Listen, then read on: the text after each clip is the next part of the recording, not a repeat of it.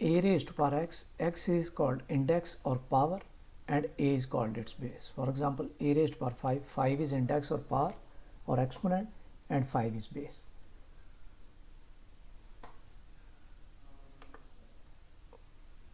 Express the following as a power of single number. 2 raised to power 3 multiply 3 raised to power 3. This one can be written in a single power like 2 multiply by 3 then raised to power 3.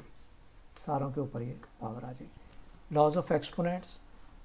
a raised to power m multiply by a raised to power n.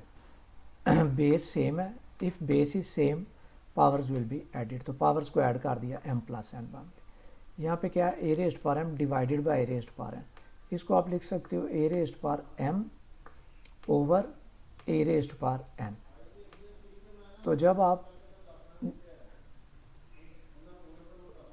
Exponent की location change करोगे कि उसको आप numerator से denominator या denominator से numerator, तो उसके जो पावर होगी वो साइन उसका जो है ऑपोजिट हो जाएगा. जैसे ये n है, इस एक्सपोनेंट को मैं अगर न्यूमरेटर वाली टर्म के साथ कंबाइन करना चाहूँ, this one will be written as a raised to power m then a raised to power minus n.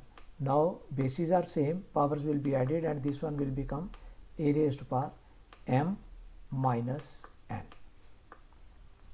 C जो लॉ है, पावर्स आपस में मल्टीप्लाई हो जाएंगी. D में बेसिस डिफरेंट है, पावर सेम है. तो जैसे ये ऊपर A पार्ट किया था उसी तरह ए बी का प्रोडक्ट हो जाएगा और पावर ऊपर दोनों पे सेम आ जाएगी.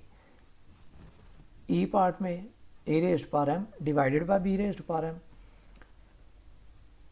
इनकी जो बेसिस हैं वो डिफरेंट है लेकिन फिर पावर सेम है, तो इसको आप विद इन ए सेम है पावर लिख सकते हो a over b raised to power m. फिर इसी तरह आपके पास रिजल्ट है, आपके ये नोट्स में ही है, a raised to power 0 this one will be equal to 1, any number raised to power 0 will be 1. उसका मतलब क्या है कि आप उस नंबर को उसी से डिवाइड कर रहे हैं. इसी के कुछ क्वेश्चंस हैं. 3 raised to power 5 into 3 raised to power 7 basis are same, powers will be added. 3 और 3 है तो पावर क्या बन जाएगी 5 plus 7 दैट इज 12. यहाँ पे basis are same, powers will be added. 5 plus 7 plus 4 that is 16. h raised to power 9 divided by h raised to power 3 can be written as h raised to power 9 over h raised to power 3.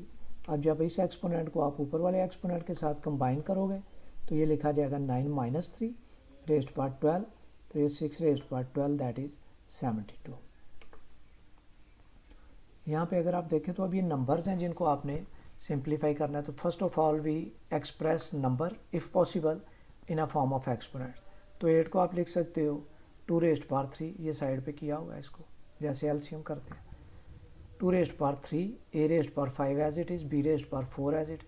अब ये whole पे 3 है, 3 पे power 1 है, तो अगर whole पे हो that will be distributed to all the powers in a form of multiplication. ये आपने किया 3 multiply by 1, ये बन गया 3.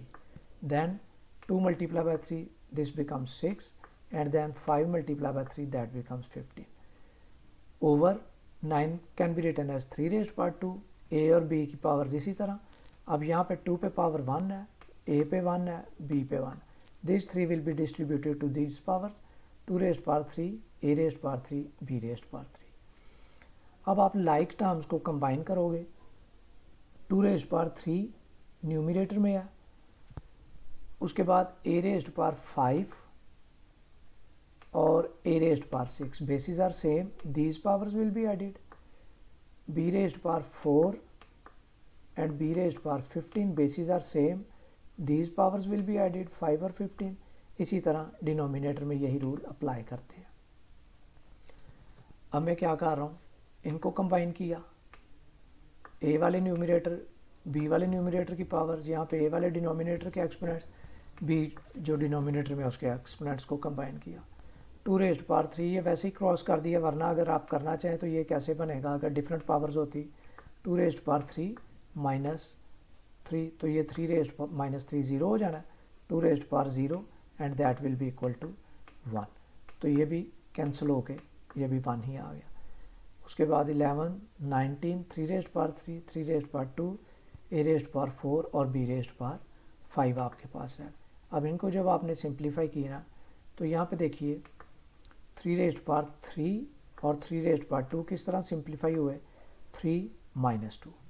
फिर ए रेस्ट पावर 11 और ए रेस्ट पावर 4 कैसे, A rest power 11 - 4, B rest power 19 और बी रेस्ट पावर 5 कैसे हो गए, 19 - 5। तो सिंप्लीफाई करके ये आप लोगों के पास आपका आंसर आ गया।